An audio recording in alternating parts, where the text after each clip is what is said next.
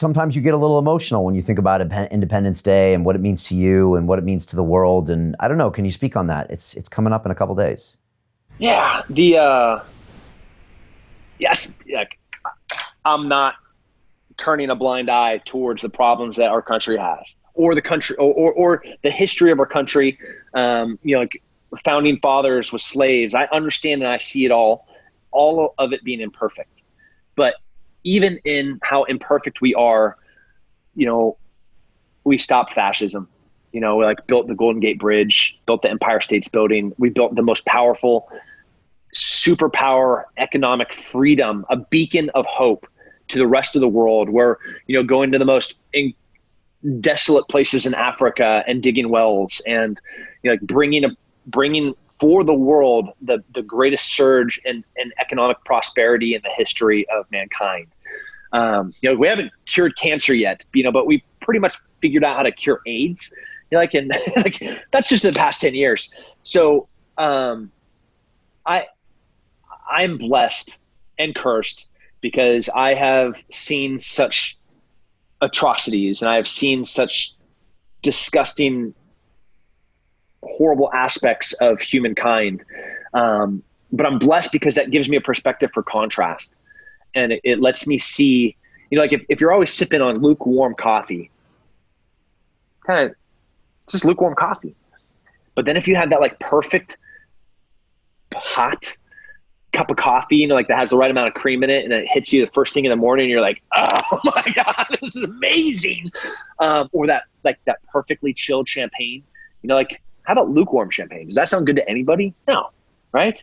Or you've been away. Like in my case, I've been like overseas for 6 months, and I've like been smelling my sweaty farting friends as we're like covered in blood and goo. And I come home and I smell my wife for the first time in 6 months. Do you know how good she smells? So America is that to me, or the ideas. It's not just America, because we don't own these ideas. Like the whole point of the Constitution is that they're ideas that can be owned by anybody. If you're an American citizen, you have the right to every single one of them. But that doesn't mean that they're exclusive for us. We want everyone to have the freedom of speech, and the right to not be trampled upon by their governments, and to be able to live their life however they want to. And that's a rare thing. Like it wasn't that long ago where you would live on a royal's land, and that guy would tell you what you were allowed to do. Like you're essentially a slave for him. It wasn't that long ago where we were like walking into villages and grabbing every single male between 8 and 15 and throwing them on a boat and bringing them across the Atlantic to be a slave for the next 5 generations. It wasn't that long ago where we were fighting, ISIS. We were fighting ISIS 10 years ago, 8 years ago, 6 years ago. Like people that would go in and destroy monuments and grab every single little girl and, and do like the most disgusting, horrific things. And like, we fought them. And it's that beautiful contrast of seeing the capacity of the American human ideals realized that, and that's how grateful I am. Not only because I get to do what I love and have what I think is the greatest job in the world, which is to be able to protect people.